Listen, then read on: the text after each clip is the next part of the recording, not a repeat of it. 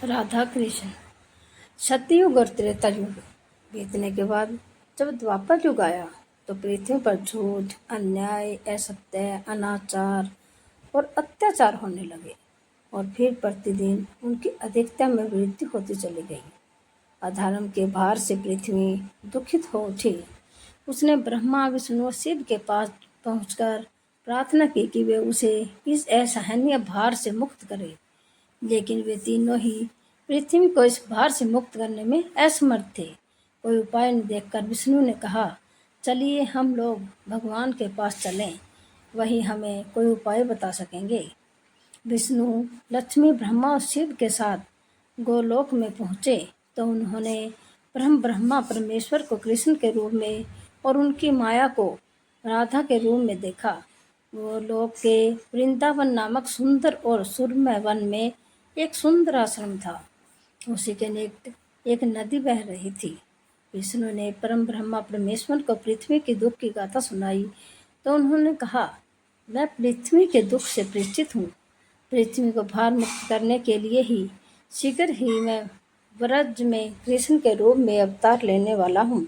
मैं विष्णु देव की पत्नी देवकी के गर्भ से जन्म लूंगा और क्योंकि मैं अपनी माया से और मेरी माया मुझसे पृथक नहीं रह सकती, इसलिए मेरी माया राधा के रूप में बरसाने में वृषभानु गोप के घर में जन्म लेगी और उसके बाद मैं पृथ्वी को इस भार से मुक्ति दिलाने का प्रयास करूंगा, क्योंकि एक एक पापी को वध करना कठिन है। इसलिए मैं ऐसा उपाय करूंगा कि संसार के समस्त पापी स्वयं ही लड़ भिड़ कर पृथ्वी को भारहीन बना दे। आप लोग निश्चित होकर अपने अपने को पधारिए और मेरे आदेशों को प्रतीक्षा कीजिए।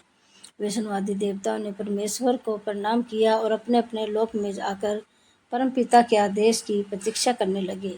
कुछ समय बाद ही अत्याचारी और अनाचारी मथुरा नरेश कंस के कारागार में बंदी वासुदेव की पत्नी देवकी ने एक बालक को जन्म दिया।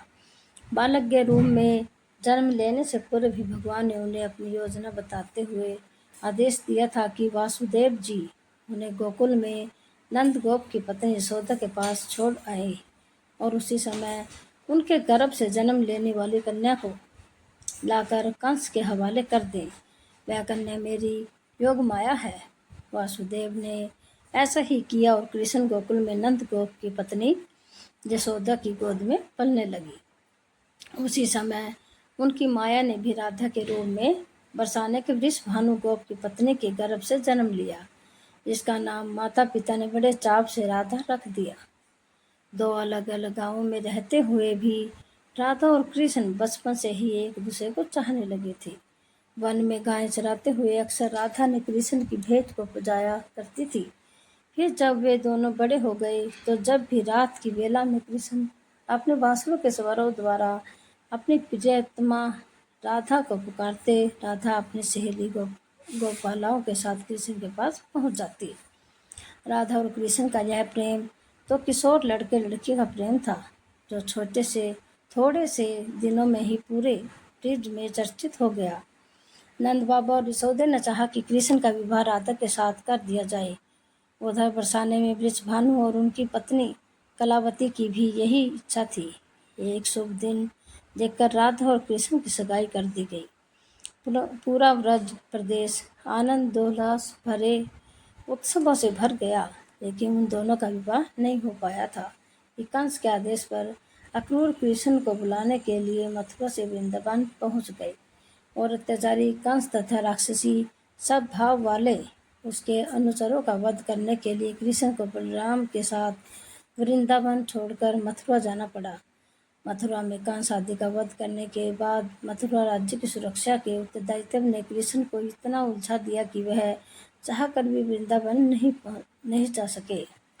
अपने जन्म माता कंस के वध का बदला लेने के लिए उसके ससुर जरासंध ने अपनी विशाल सेना के साथ मथुरा को घेर लिया, लेकिन कृष्ण और बलराम ने अपने पराक्रम से जरासंध और उसकी विशाल सेना को पीठ दिखाकर भागने का विवश कर दिया। लेकिन जरासंध पराजित होकर भी शांत नहीं बैठा।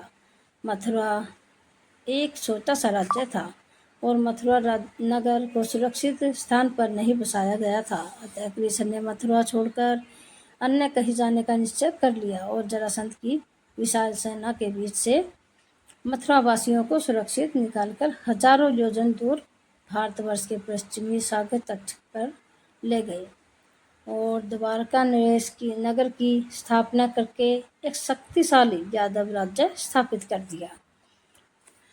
अक्र के बाद मथुरा छोड़कर आने के बाद कृष्ण और राधा का मिलन फिर कभी नहीं हुआ, लेकिन वे आजीवन ने एक दूसरे को भूल नहीं पाए।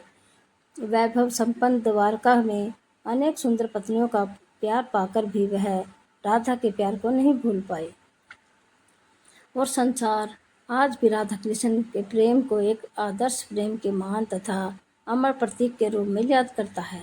उनकी मूर्तियां भारत के मंदिरों में ही नहीं, विदेशों में भी उनके मंदिरों में प्रतिष्ठित है और लोग बड़े भक्ति भाव से उनकी पूजा आराधना करते हैं। ऐसी और कथा कहानियों के लिए आप हमारे